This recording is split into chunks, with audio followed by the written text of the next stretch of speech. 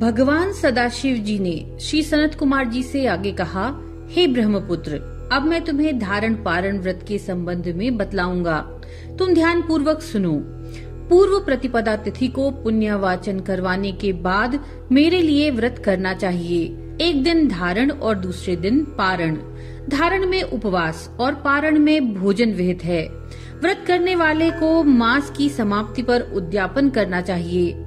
प्रथम श्रावण मास की समाप्ति में कीर्तन पुण्याहवाचन कराकर हे वत्स, आचार्य और ब्राह्मणों का वरण करना चाहिए। भगवान सदाशिव और भगवती पार्वती की सोने की प्रतिमा घट के ऊपर स्थापित करनी चाहिए और रात भर भक्ति द्वारा अर्चन करना चाहिए। रात को शिव महापुराण का श्रवण कीर्तन आदि करते हुए जागरण करना चाहिए। प्रातः काल हवन करना चाहिए। त्र्यंबकम यजामहे इस मंत्र से तिलों और चावलों की आहुति देनी चाहिए। खड़ाक्षर ओम नमः शिवाय मंत्र से खीर की आहुति देनी चाहिए। फिर पूर्णाहुति देकर शेष कार्य समाप्त करना चाहिए। ब्रह्म भोजन करवाकर आचार्य का पूजन करना चाहिए। हे योगीश, इस प्रकार व्रत को करने से मनुष्य ब्रह्म हत्या जैसे पापों से भी मुक्त हो जाता है। इसमें रत्ती भर का भी संदेह नहीं। हे महाभाग, अब तुम श्रावण मास में उपवास की विधि सुनो। हे ब्रह्मपुत्र, स्त्री अथवा पुरुष को इस व्रत के लिए संयत आत्मा एवं जितेंद्रिय होकर प्रतिपदा तिथि को प्रातः काल इस व्रत का संकल्प करना चाहिए। अमावस्या के दिन लोकोपकारी वृषभ ध्वज भगवान शंकर का षोडशोपचार पूजन करना चाहिए। ब्राह्मणों को वस्त्र अलंकार आदि भेंट करना चाहिए। यथाशक्ति भोजन करवाकर प्रणाम कर कार्य विसर्जन कर देना चाहिए।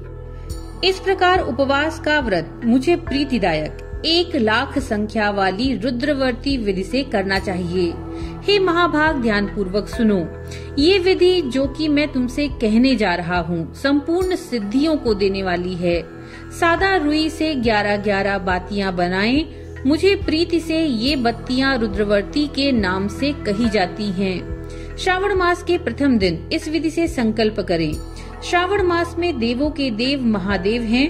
मैं भक्ति से उन गौरीश की 1,00,000 बत्तियों से आरती करूंगा। ये संकल्प करने के पश्चात 1,000 बत्ती से आरती करनी चाहिए या प्रतिदिन 3,000 बत्तियों द्वारा आरती करनी चाहिए या एक ही दिन में 1,00,000 रुद्रवर्ती को प्रज्वलित करना चाहिए। ये बत्तियां मुझे अत्यधिक प्रिय हैं। इनको शुद्ध घृत से सिंचित करना चाहिए। इस प्रकार संसार के स्वामी भगवान सदाशिव का पूजन करके कथा सुननी चाहिए। श्री सनत कुमार ने भगवान श्री सदाशिव से कहा, हे प्रभु, अब आप मुझे ये बताने की कृपा करें कि इस व्रत का प्रभाव क्या है। इस व्रत को किसने किया और इस व्रत के उद्यापन की विधि क्या है। भगवान सदाशिव बोले, हे ब्रह्मा के सुपुत्र, अब मैं तुम्हारे सन्मुख इस व्रत को कहूँगा। ध्यान पूर्वक सुनो। ये व्रत सब व्रतों में श्रेष्ठ महान पुण्य प्रदान करने वाला है, साथ ही संपूर्ण पाप ताप को हरने वाला है। इससे प्रीति और सौभाग्य की प्राप्ति होती है। पुत्र पौत्र तथा समृद्धि को देने वाला ये व्रत भगवान श्री सदाशिव को अत्यंत प्रिय है।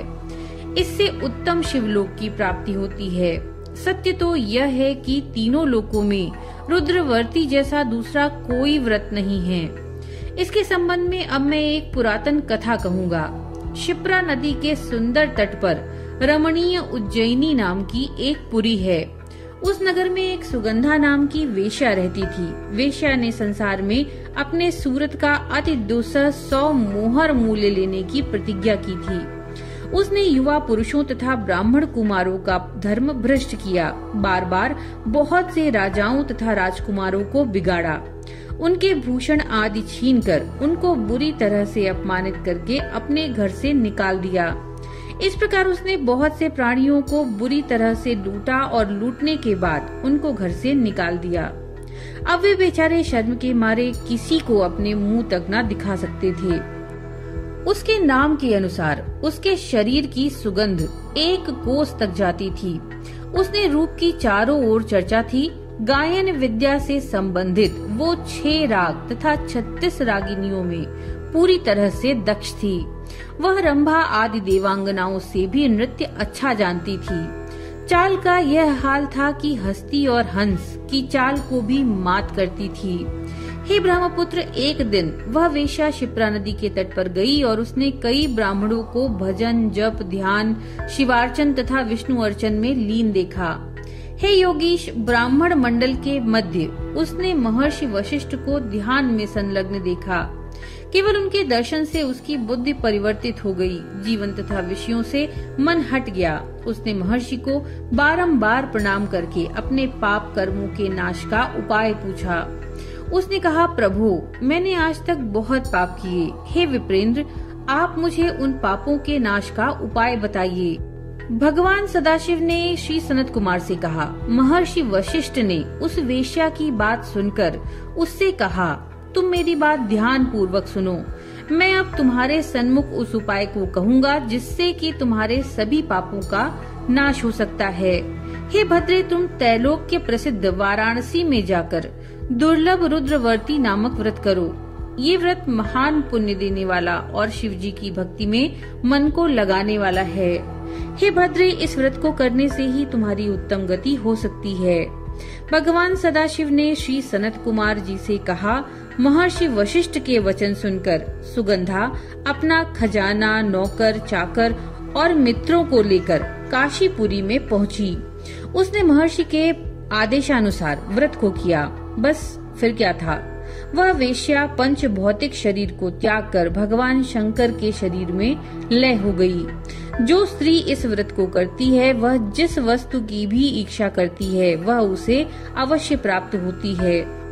अब तुम माणिकवर्तियों का महात्म्य सुनो। माणिकवर्तियों का व्रत करने से स्त्री मेरे अर्धासन की भागीदार होती है।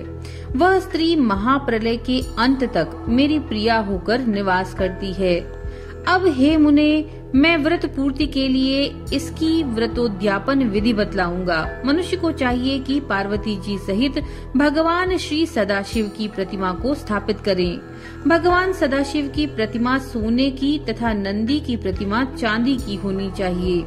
यथाविधि पूजन करके रात्रि में जागना चाहिए। प्रातः काल नदी में स्नान करना चाहिए। भक्ति द्वारा आचार्य का वरण करना चाहिए। 11 ब्राह्मणों द्वारा घी, पायस एवं विल्व हवन कराना चाहिए अथवा रुद्र सूक्त, रुद्र गायत्री या मूल मंत्र द्वारा हवन करना चाहिए। पूर्णाहुति कर आचार्य आदि की पूजा करके 11 सपत्नीक श्रेष्ठ ब्राह्मणों को भोजन करवाना चाहिए। इस प्रकार जो भी स्त्री व्रत करती है वह संपूर्ण पापों से मुक्त हो जाती है। यथाविधि कथा सुनकर स्थापित सामग्री, घट, प्रतिमा आदि आचार्य को समर्पित करनी चाहिए। जो ऐसा करता है उसे 1000 अश्वमेध यज्ञ का फल प्राप्त होता है।